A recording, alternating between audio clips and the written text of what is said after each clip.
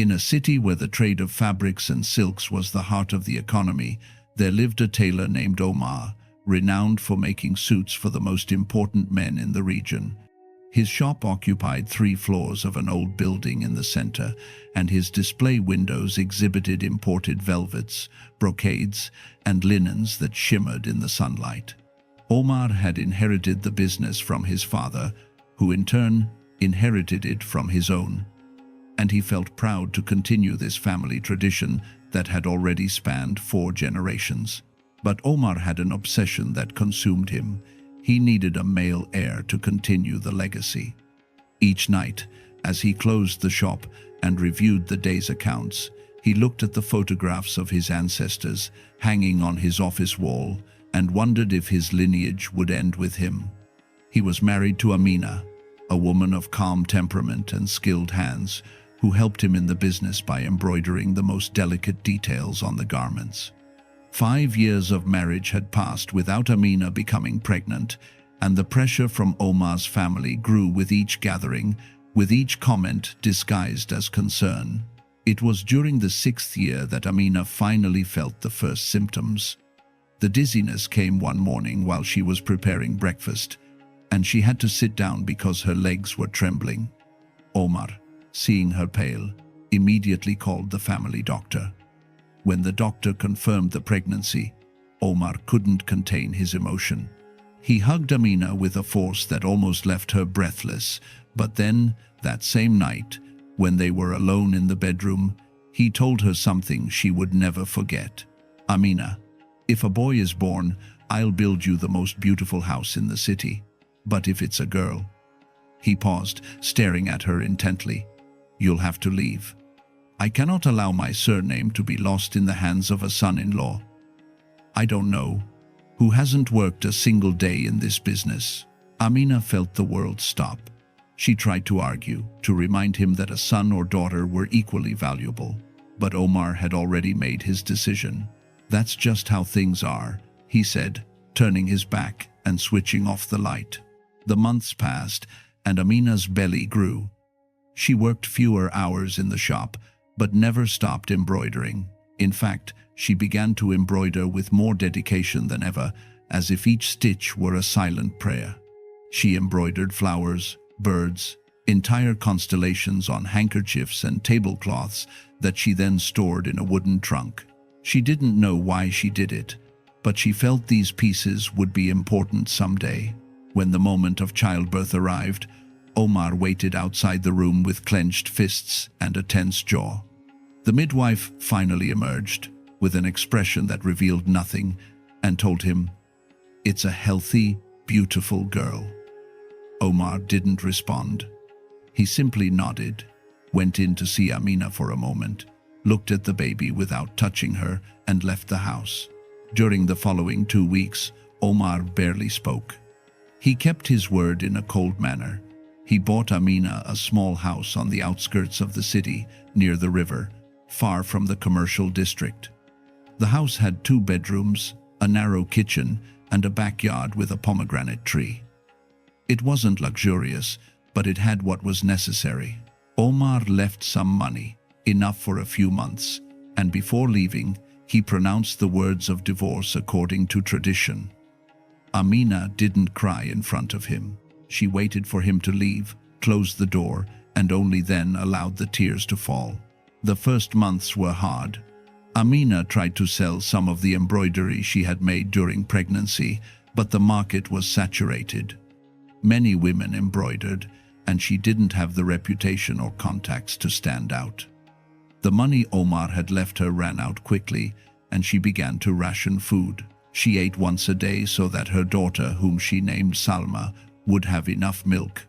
One afternoon, while Salma slept in her crib, someone knocked on the door. Amina opened it and found an old woman leaning on a cane carved with animal figures. The woman had a face furrowed with deep wrinkles and eyes that shone with a clarity unsettling for someone her age. "Excuse me, daughter," said the old woman with a raspy voice. "I've been walking since dawn and haven't had a bite. Would you have something for a tired old woman?" Amina hesitated. In her pantry, Only half a loaf of bread remained, the last until she could get some money. But something in the old woman's gaze prevented her from closing the door. "Come in," she said, and offered her the bread along with a glass of water. The old woman ate slowly, with a silent gratitude that filled the small kitchen. When she finished, she stood up with difficulty and said, "I don't have money to pay you, but I have something that might serve you better." From the folds of her dark cloak, she pulled out an antique sewing machine made of forged iron, with golden details forming patterns of leaves and vines.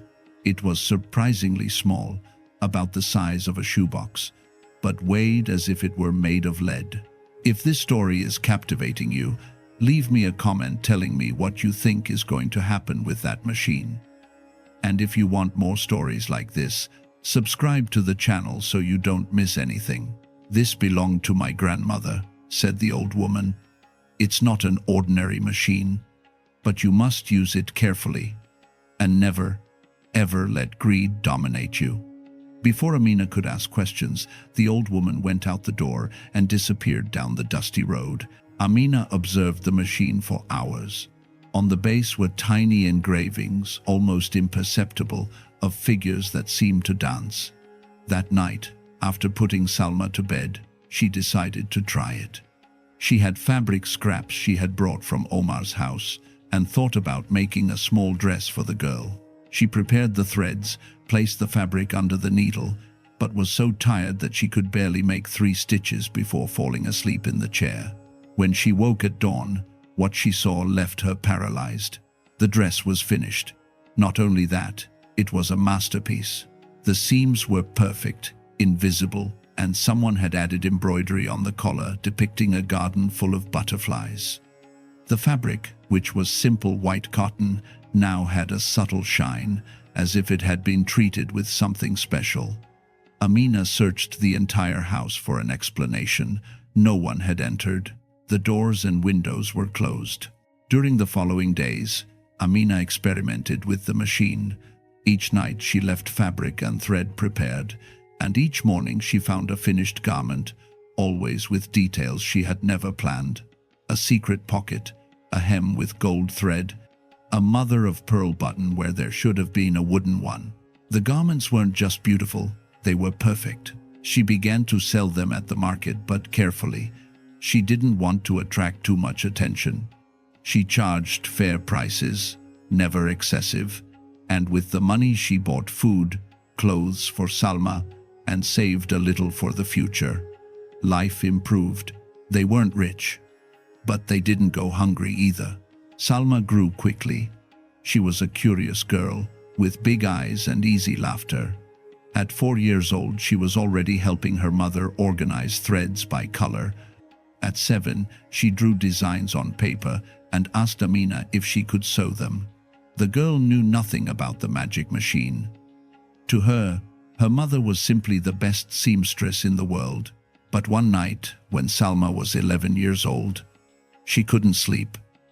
She had had a nightmare and went down to the kitchen to get water.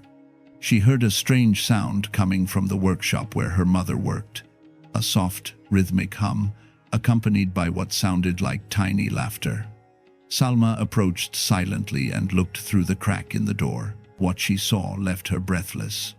On the table, next to the sewing machine, were small luminous figures, no taller than her pinky finger, moving at an impossible speed. They had human form, but their bodies glowed with a pale blue light. They worked together, passing threads to each other, cutting fabric with tiny scissors, laughing and whispering in a language Salma didn't recognize. The next day, Salma told her mother what she had seen. Amina remained silent for a long moment, and then sighed deeply.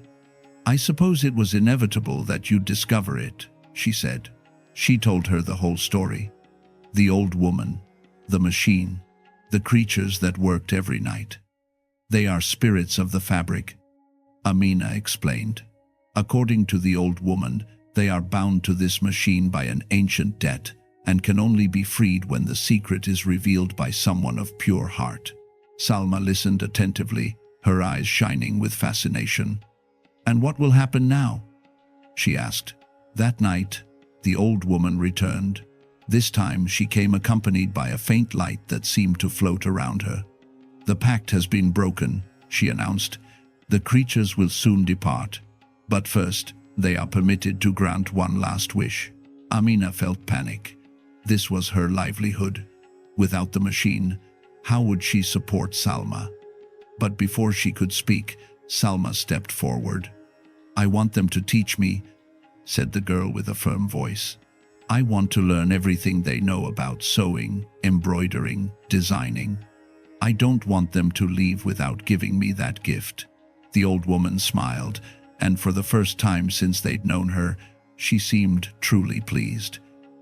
"Wise decision, little one. True wealth is not in what others do for you, but in what you learn to do for yourself."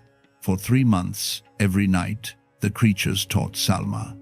They showed her forgotten techniques, taught her to see fabric fibers as if they were rivers of energy, whispered to her the secrets of natural dyes and stitches that could make a garment last generations. Salma absorbed each lesson with a dedication that surprised even her mother. When the creatures finally departed, saying goodbye with a flash of light that illuminated the entire house, Salma was no longer a child. She was an artisan in training. And although the machine was still there, it no longer worked by itself. Now it was just a machine, beautiful and antique, but ordinary. Salma continued her mother's business, but took it further.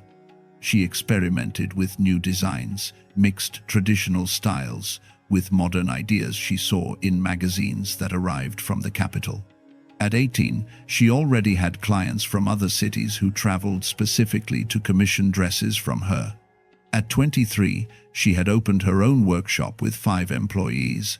At 27, her name was known throughout the country.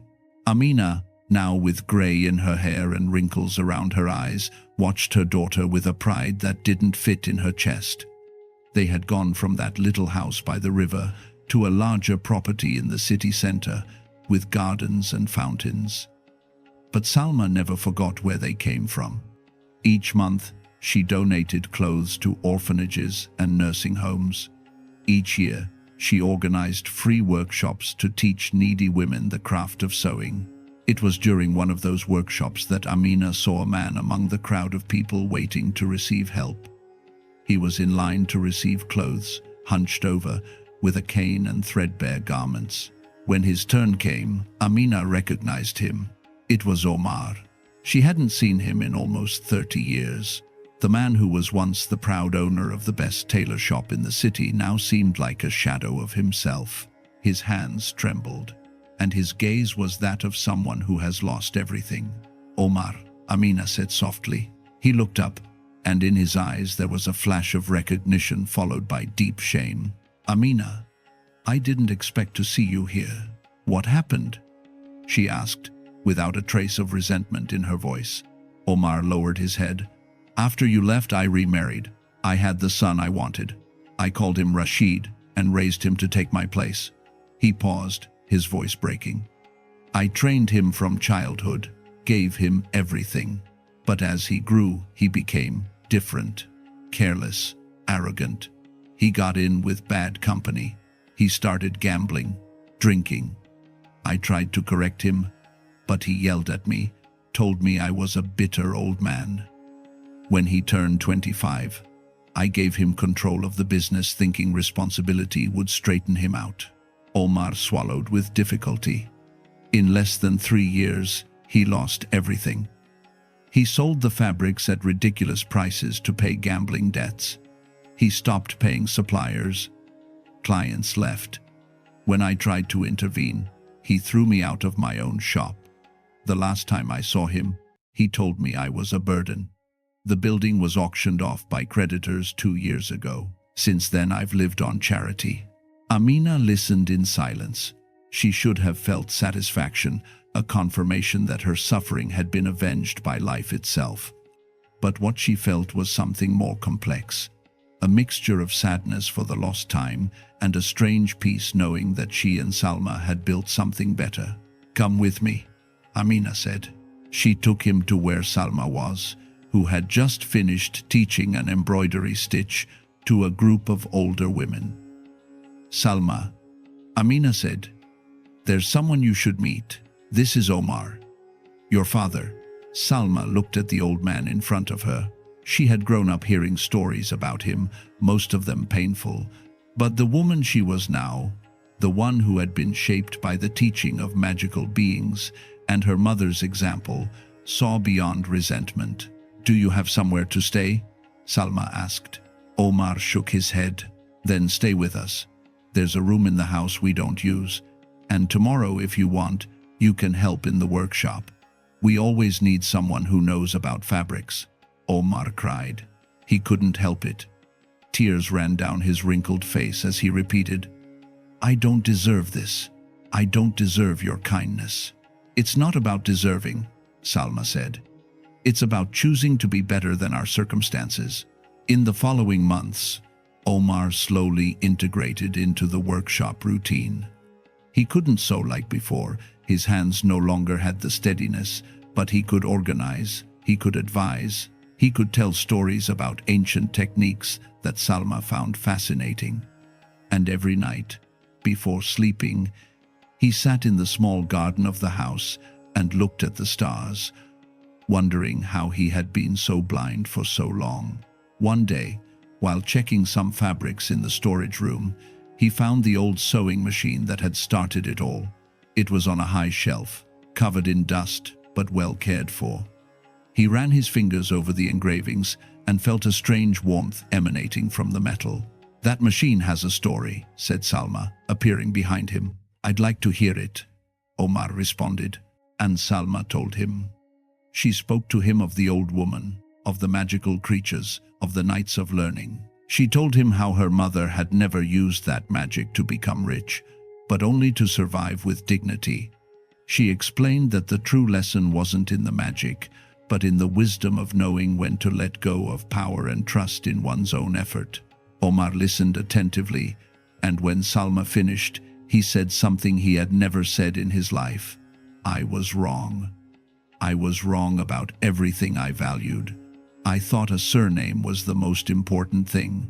I thought a male heir guaranteed a legacy. But legacy isn't in the name. It's in the actions, in the values you transmit, in the lives you touch." Salma put a hand on her father's shoulder. "What's important is that you understand it now." The years passed.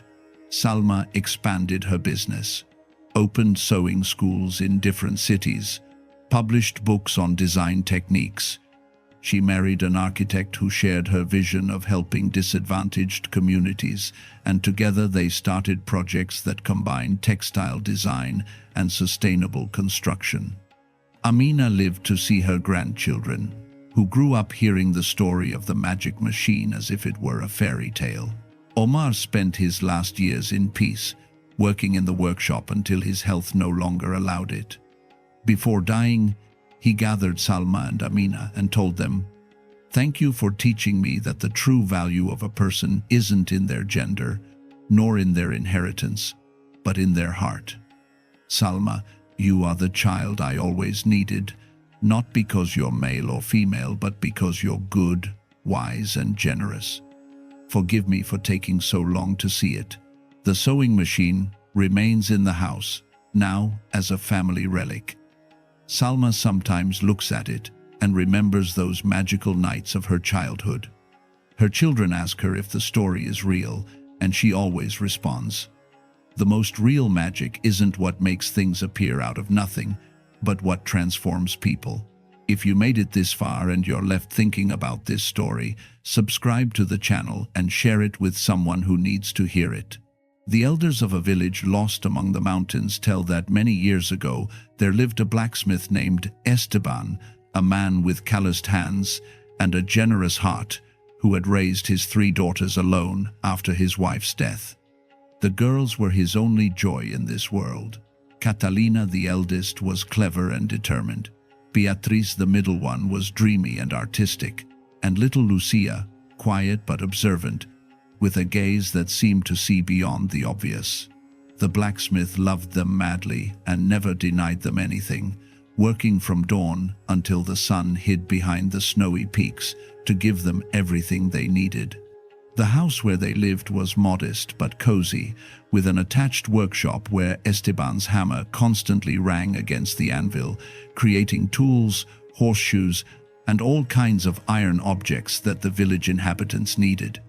The three sisters grew up surrounded by their father's love and the warmth of the forge, learning from an early age to fend for themselves in household tasks while their father worked.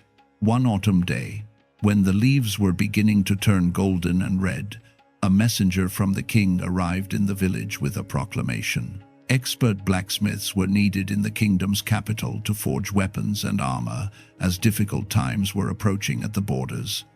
The king offered a considerable sum of gold to whoever accepted the job, enough to secure an entire family's future.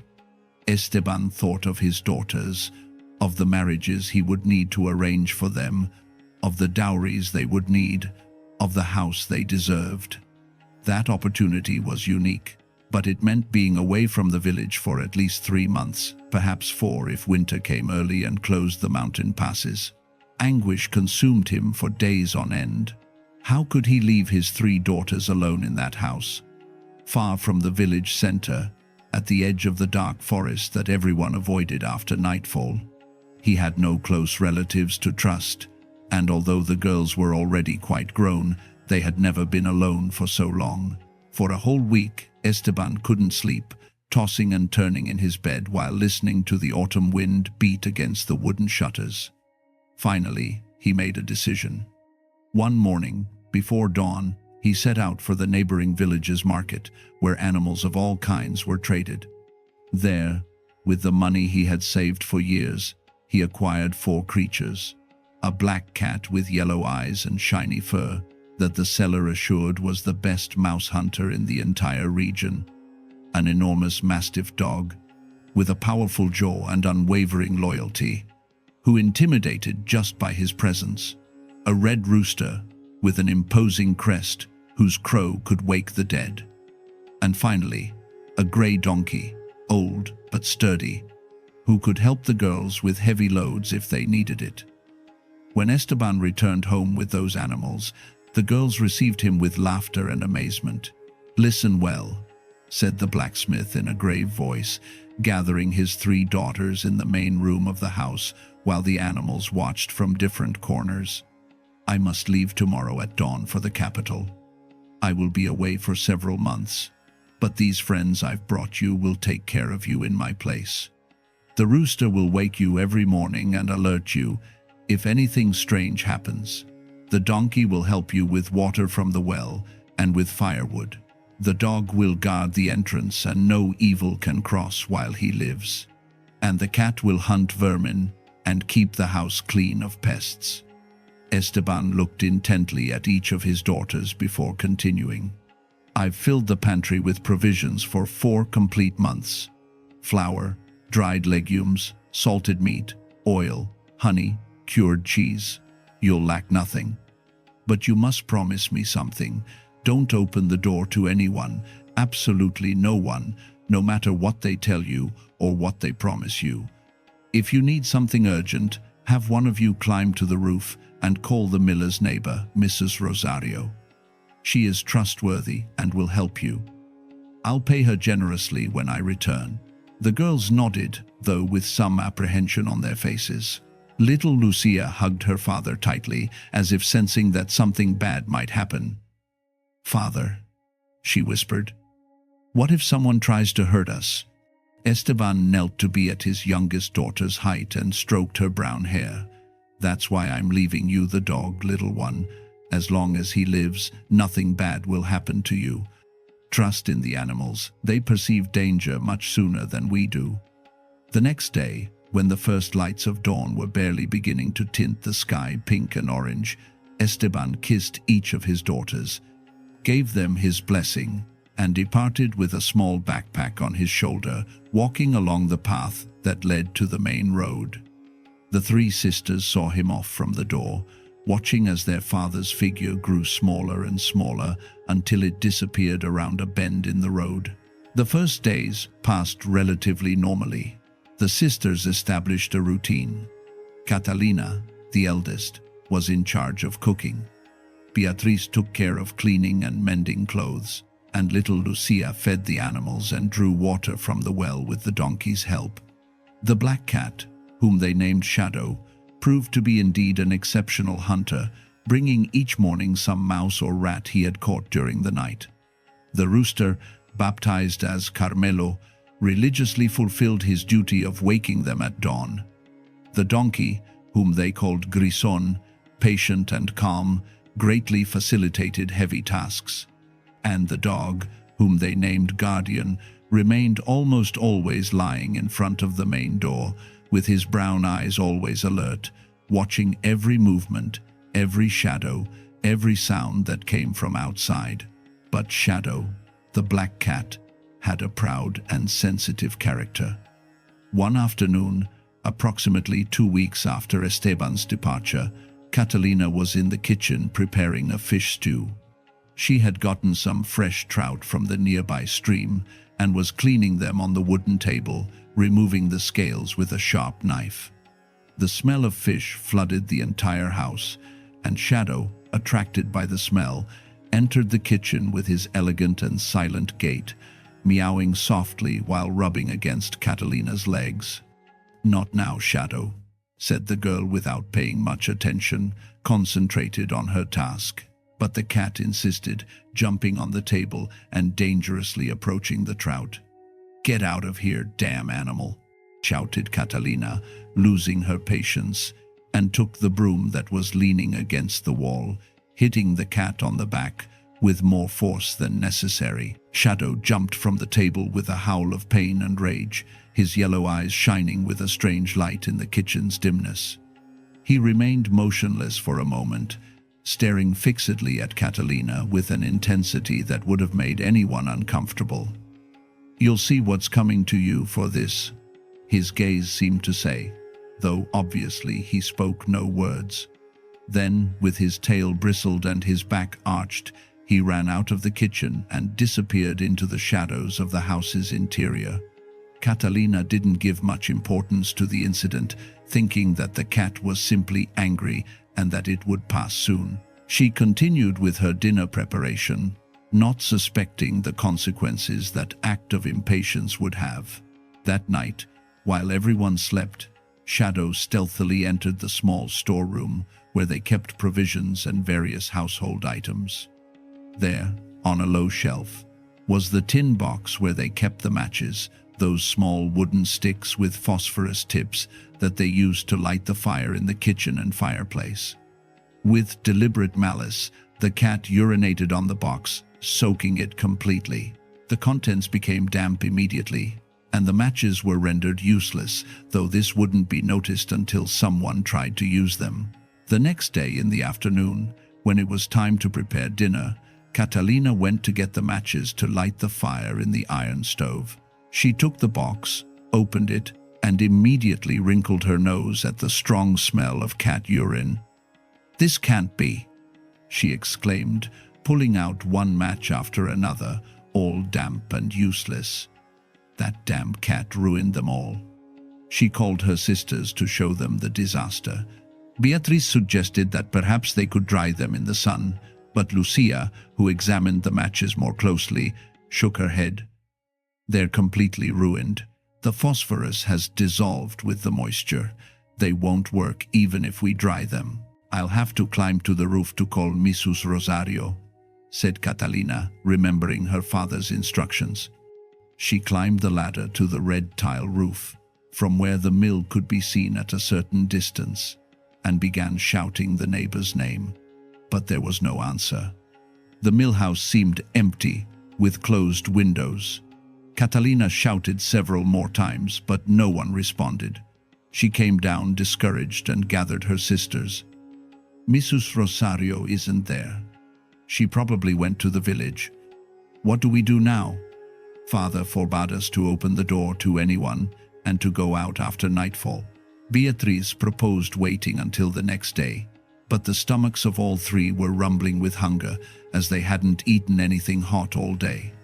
It was then that Carmelo, the red rooster, who had been listening from his perch in the henhouse attached to the house, crowed noisily. "Cock-a-doodle-doo, I see fire, fire in the distance." The sisters looked at each other, confused.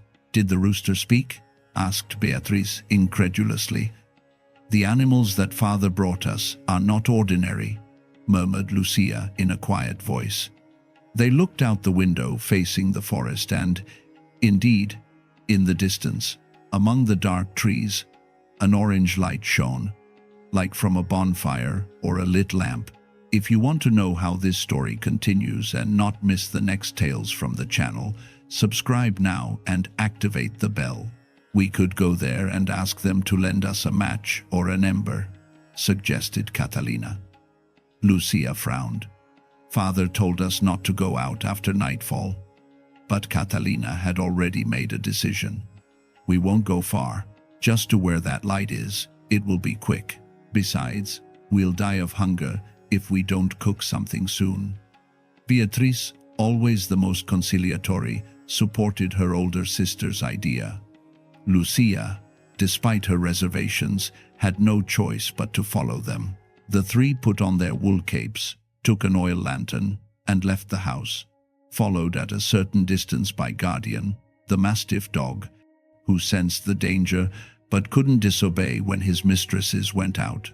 They walked along the path that entered the forest, following the light that flickered between the trunks of the centuries-old trees. The night wind made the branches creak and the dry leaves whisper under their feet. Lucia walked, holding Beatriz's hand, constantly looking back, where Guardian followed them with a firm step. Finally, after about 20 minutes of walking, they arrived at a small clearing where stood a dilapidated cabin with dark wooden walls covered in moss and dirty windows. Smoke came from the chimney, and through the cracks in the door filtered the light of an interior fire. Catalina, the bravest, approached and knocked on the wooden door with her knuckles. Heavy footsteps were heard inside, and the door opened with a terrifying creak of rusty hinges. In the threshold appeared a hunched figure, wrapped in dark rags.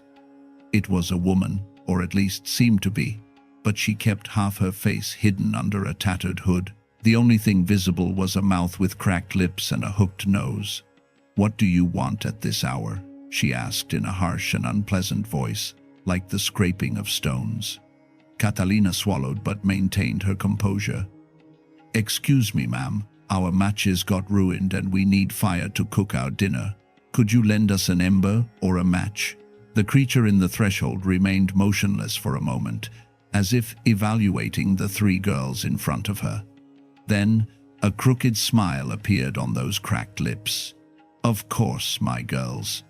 Come in, but you'll need a knife to cut a dry branch that you can carry lit. Wait here a moment." The woman disappeared inside the cabin. The sisters looked at each other uncomfortably. There was something deeply disturbing about that woman and that place. The smell emanating from the cabin was nauseating, a mixture of rotten meat and something indescribable. Lucia pulled on Catalina's sleeve. "Let's go, please. This isn't right." But before they could leave, the woman reappeared with a huge knife in her hand, a wide, stained blade that seemed to have cut many things besides branches. "Take it, girl," she said, handing the knife to Catalina with a smile that revealed yellowed, sharp teeth. "Cut whichever branch you want from that pile by the door." Catalina took the knife with trembling hands and approached the pile of firewood stacked next to the cabin entrance. She chose a good-sized dry branch and began to cut it, but the knife was so sharp and the wood so dry that the blade slipped too easily, cutting not only the branch but also Catalina's palm. "Ow!" the girl screamed, dropping the knife and bringing her wounded hand to her chest. Blood began to drip onto the earth. The woman from the cabin approached quickly, almost too quickly, and her hooked nose sniffed the air. "Blood, what a waste!" she exclaimed, but then composed an expression of false concern. "Poor thing. Wrap that wound and return home quickly before it gets infected." Beatriz tore a piece from her own shirt and quickly bandaged her sister's hand. They took the lit branch that the woman offered them with a long stick from inside the cabin, and the three sisters hurriedly started the way back without even thanking properly. Guardian, who had remained a few meters away during the entire encounter, growled threateningly toward the cabin before following his mistresses. During the return journey, small drops of blood from Catalina's wound fell to the ground. Despite the improvised bandage, Guardian, instinctively, tried to erase those drops with his paws, spreading dirt over them, trying to hide the trail. But Shadow, the black cat who had followed them without anyone noticing, took advantage of every opportunity to step aside and scratch the dirt that Guardian had moved, leaving the drops of blood visible again. When they finally arrived home, Catalina cleaned and properly bandaged her wound with clean cloth and some alcohol her father kept for disinfecting. They lit the fire with the ember they had brought and cooked a quick dinner. They left some embers in the brazier to be able to light the fire the next day without needing matches. They ate in silence, each lost in their own thoughts about the strange encounter in the forest. Afterward, following their usual saving routine, they extinguished the candles early and went to sleep, not knowing that that night their destiny had begun to twist dangerously. What the girls didn't know was that that woman from the cabin was not a woman at all. It was an ogre, a creature from ancient legends that lived in the deepest part of the forest, feeding on lost animals and, when lucky, solitary travelers who ventured too far from the main roads. For decades, that monster had lived in the cabin, disguising itself when necessary to lure its victims. And that night, when the three sisters knocked on its door, its hungry eyes had seen a feast it couldn't pass up. Three young and well-fed girls, alone in a house with no protection other than a dog and a few domestic animals. It was too tempting, so that midnight, when the moon was high and the stars shone clearly in the clear sky, the ogre left its cabin. It followed the blood trail that Shadow had left visible, walking hunched over, with its long arms almost touching the ground, sniffing the air with that grotesque nose. Its eyes, which during the day seemed almost human, now shone with a greenish glow in the darkness. It carried a large sack on its back, already anticipating its bounty. When it arrived at the blacksmith's house, it stopped in front of the door and observed. All the windows were dark, a sign that their occupants were sleeping deeply. A horrible smile spread across its face as it began to sing in a hoarse and sinister voice. Three girls sleep well, plump as can be, as well, in a house of iron and coal. Tonight I'll eat the biggest piece of each one. But before it could approach further, an enormous figure rose from the shadows next to the door. It was Grison, the donkey, who had been resting there. Seeing the ogre, the donkey brayed loudly. "My master entrusted me to protect them. You won't touch them while I breathe." The ogre was surprised, as it didn't expect a simple donkey to speak to it, but quickly its surprise transformed into fury. A talking donkey? What a novelty.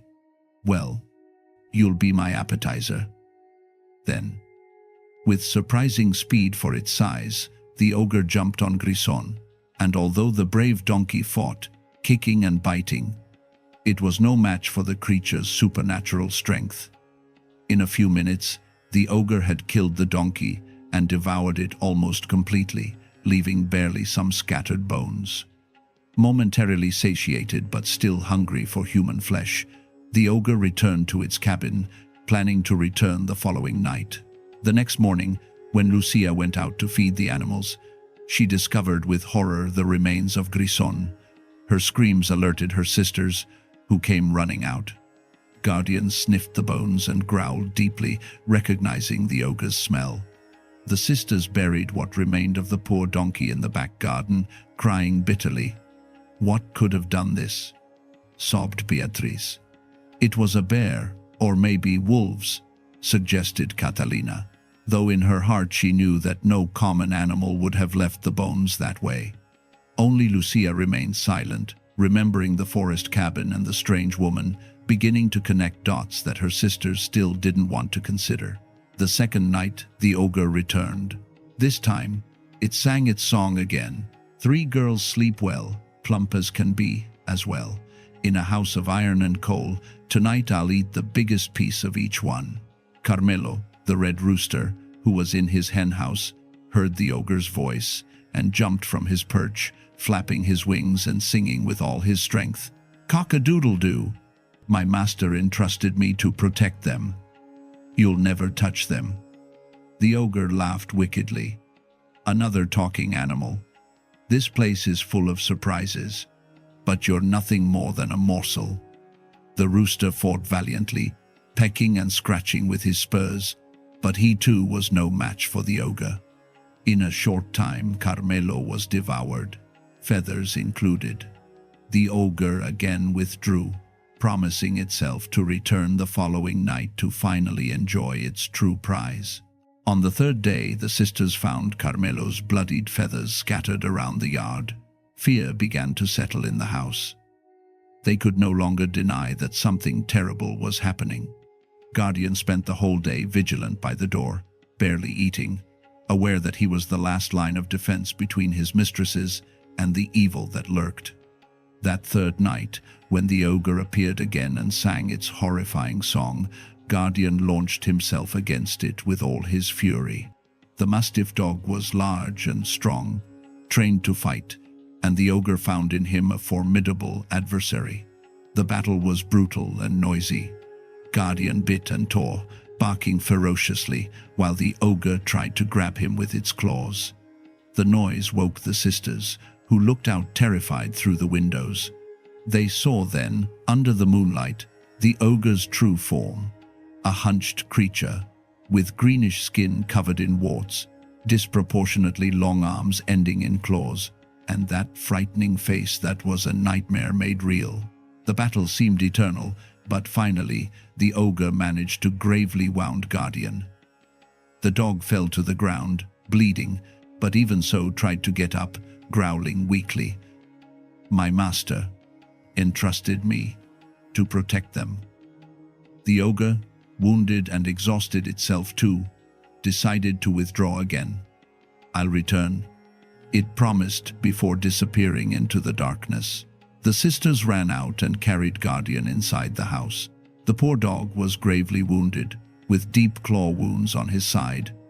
They did what they could to heal him, cleaning his wounds and bandaging them with clean cloths, but the animal was very weak. The next day, while Guardian rested inside trying to recover, there was a soft knock at the door. It was a woman's voice, sweet and kind. Girls, are you there? I'm your Aunt Margarita. Your father asked me to visit you to make sure you're well. I bring fresh food and sweets from the village. The sisters looked at each other. Aunt Margarita, murmured Beatrice. Father never mentioned we had an aunt with that name. They looked through the crack in the door and saw a woman wrapped in clean clothes, with a basket in her hands from which emanated a delicious smell of freshly baked bread and ripe fruits. The woman had her face partially covered with a scarf, as was customary among country women when they traveled. Catalina, always the most impulsive, was about to open when Lucia grabbed her arm. No, she said firmly. Something isn't right. Why is she hiding her face? And how did she know we need food? But Beatrice, tempted by the smell of fresh food, sided with Catalina. Lucia, you're being paranoid. Obviously, father told her about us. And decent women always cover their faces when they travel. Besides, don't you see she brings food? I'm tired of eating only dried legumes and salted meat. From his corner, Guardian tried to get up, growling weakly, warning of the danger, but he was too weak. The voice outside continued, now with a more insistent tone. Girls, I have honey cakes and fresh cheese. I also bring news of your father. Don't you want to know how he's doing? That was enough to convince Catalina and Beatrice. Lucia, don't be foolish. She's just a good woman that father sent to help us. And look at the dog. How are we going to protect ourselves with a dying animal? If she were dangerous, the dog wouldn't be in that state from something else. The twisted logic convinced even Lucia, though her instinct kept screaming at her that something was wrong. Finally, they opened the door. The woman entered with a smile that was too wide, leaving the basket on the kitchen table. "What a lovely house you have," she said, while her eyes, which shone with a strange gleam, scanned every corner. "I see you have a guard dog. What a shame he's so badly hurt. It must be very dangerous to have such a large and aggressive animal in the house, especially if it's suffering. Wounded animals can become unpredictable, you know." Guardian, gathering his last strength, barked weakly toward the woman, but she completely ignored him. "You should consider getting rid of him before he hurts you." It was then that Shadow, the black cat, who had been watching from the shadows, suddenly jumped on the table, knocking over the basket. Its contents spilled onto the floor. There was no bread or cakes, but gnawed bones and rotten meat. The sisters backed away in horror. The woman laughed, and her laugh transformed into a guttural and terrible sound. She removed the scarf covering her face, revealing the ogre's horrible face. "Stupid brats, now you're mine." The sisters screamed and ran to the bedroom, locking the door. The ogre couldn't enter, while Guardian lived, and could defend the house's threshold with his last breath, so it changed tactics. During the following days, the ogre adopted a different strategy. It no longer tried to enter by force. Instead, it returned each night disguised as Aunt Margarita and spoke with the sisters through the closed door, trying to win their trust again. It told them invented stories about their father, promised them help, offered them comfort, and most importantly, it continuously planted the idea that Guardian, wounded and weak as he was, represented a danger to them. "That dog could have rabies from infected wounds," it said in a honeyed voice. "It could bite you in your own house. I've seen cases like that before. Faithful animals that go mad from pain and attack those they love most. Wouldn't it be better to give it a merciful death before it suffers more?" Night after night, those poisonous words filtered into Catalina and Beatrice's ears. Guardian, indeed, wasn't improving. He moaned in pain constantly, his wounds oozed despite care, and he could barely get up to drink water. The older sisters began to tire of caring for him, of cleaning his bandages, of hearing his moans. Only Lucia remained firm in her devotion to the animal, spending hours beside him, caressing his fur, whispering words of encouragement. "Sisters, this can't continue," said Catalina one morning after another sleepless night due to the dog's moans. "The animal is suffering. Maybe that woman is right. Maybe we should end his suffering." Beatrice nodded, with tears in her eyes. "I can't stand seeing him like this. It's cruel to keep him alive in this state." Lucia looked at them in disbelief. "Have you gone mad? That woman is not our aunt. She's the monster that killed Grison and Carmelo. Don't you see it? She wants us to kill Guardian because he's the only thing stopping her from entering and devouring us." But her sisters no longer listened to the voice of reason. That night, when the disguised ogre returned, the older sisters made a terrible decision. Despite Lucia's pleas and screams, they dragged poor Guardian, too weak to resist, to the backyard. The dog looked at them with his brown eyes full of sadness and disappointment, but also of understanding. He knew what was about to happen. "I'm sorry, old friend," sobbed Catalina as she raised the axe they used to cut firewood. With one quick blow, it was all over. Guardian, the faithful protector who had given everything for them, lay motionless on the earth. Lucia fell to her knees crying inconsolably, while Catalina and Beatrice walked away with blood-stained hands, unable to look at what they had done. From the forest, hidden among the trees, the ogre watched with a triumphant smile. "Finally," it whispered. That same night, it didn't wait until later. As soon as darkness was complete, it approached the house. There was no longer any need for disguises or deceptions. The door that was previously protected by guardian spirit was now defenseless. The ogre struck it forcefully, making it tremble on its hinges. "Come out, girls. It's time we dined together." Its voice was a mixture of mockery and fierce hunger. The three sisters, terrified, ran to hide in different parts of the house. Catalina got under her bed, Beatriz inside the clothes wardrobe, and Lucia climbed to the attic by the ladder, hiding among old boxes and trunks. The ogre began to pound on the door harder, splintering the wood with each impact. Finally, the door gave way with a terrible crack, and the creature entered the house, sniffing the air. "I can smell you, girls. I can smell your fear. It's delicious." It searched each room methodically, enjoying the hunter's game. It found Beatriz first. Her screams were horrible but brief. Then it found Catalina. The girl begged for her life, promised anything, but the ogre showed no mercy. When it was time to look for Lucia, the ogre slowly climbed the stairs to the attic, savoring the moment. "Come out, little one," it called in an almost tender voice. "Your sisters no longer feel pain. I'll be quick with you too." Lucia, hidden behind an old trunk, trembled uncontrollably. She closed her eyes, waiting for the inevitable. But then, from below, from the yard where Guardian's lifeless body lay, a bark was heard. Weak at first, but then stronger.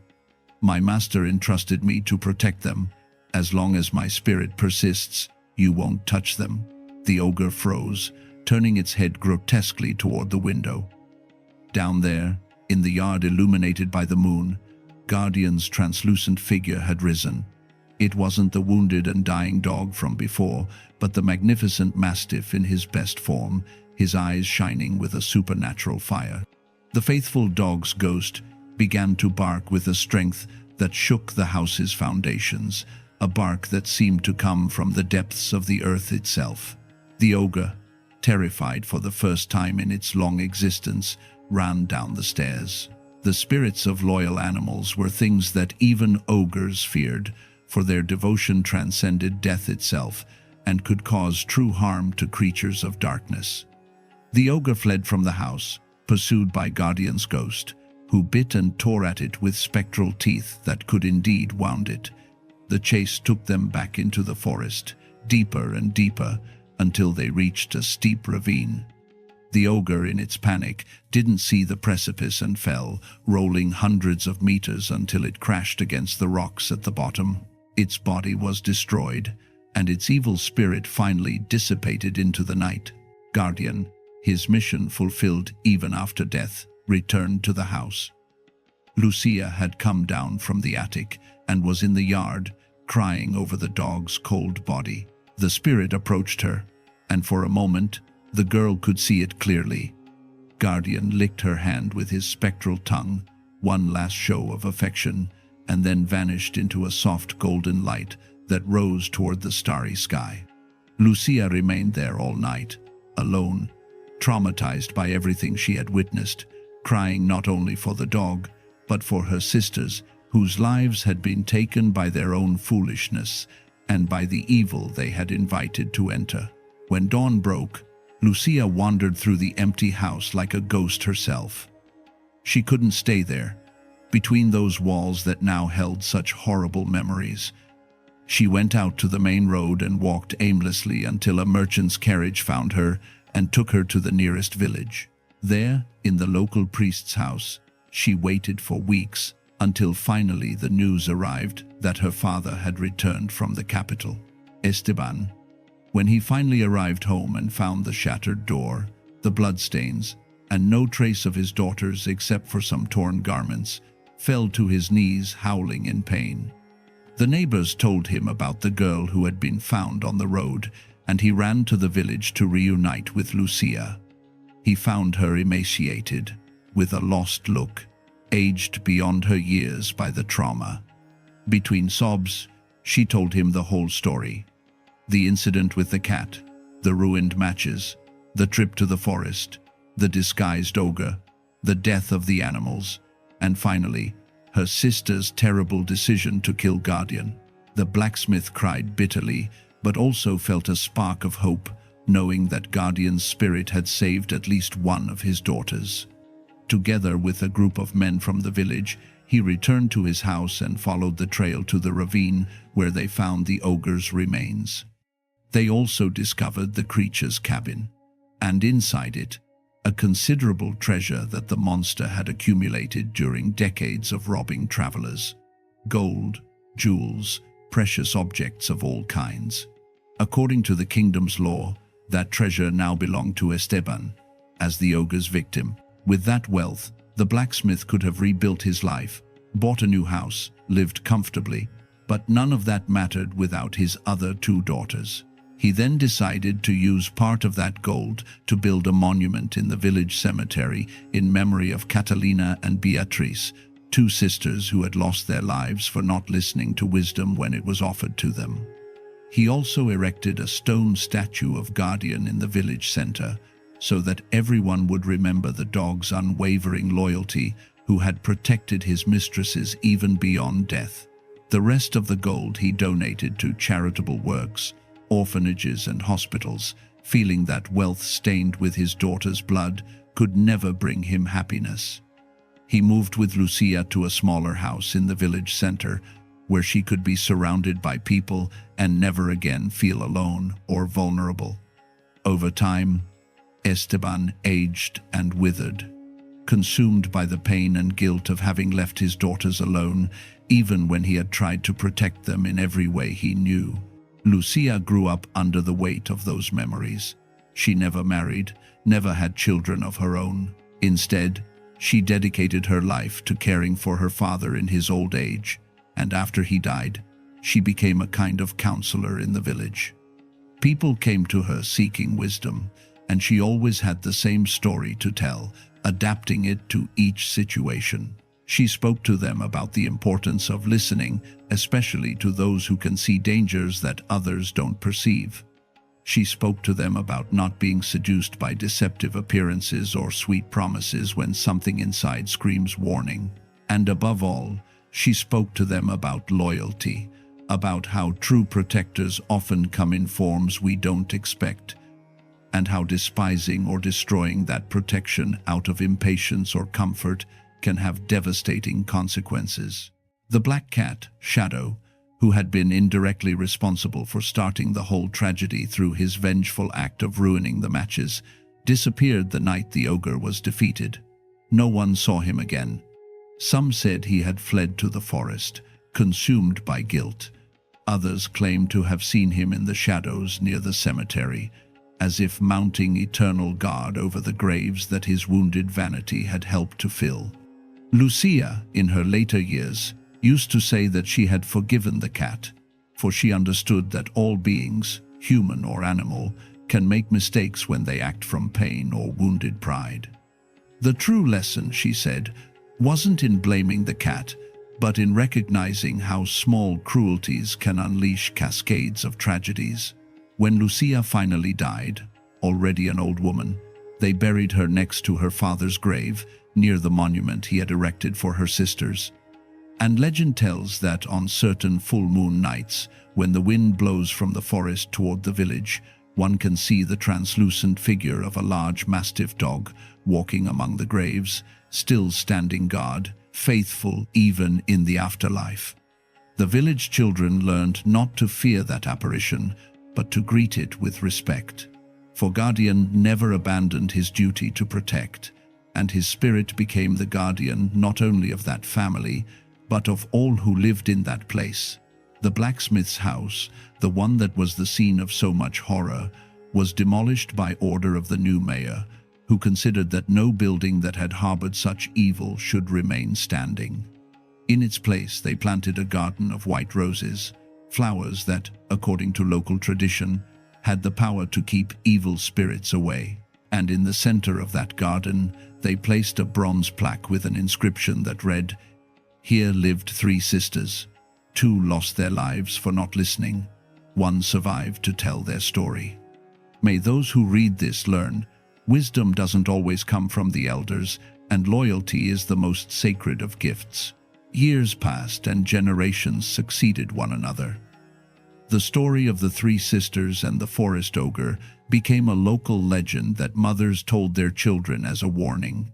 But beyond being simply a terror tale, it became a parable about the consequences of our decisions, about the importance of loyalty, about listening to those who, though younger or apparently less experienced, can see truths that others overlook, and above all, about the danger of being carried away by immediate comfort or tempting promises when our deepest instincts warn us of danger. If you made it this far and want to keep discovering stories that leave you thinking, subscribe to the channel and share this tale with someone who needs to hear it.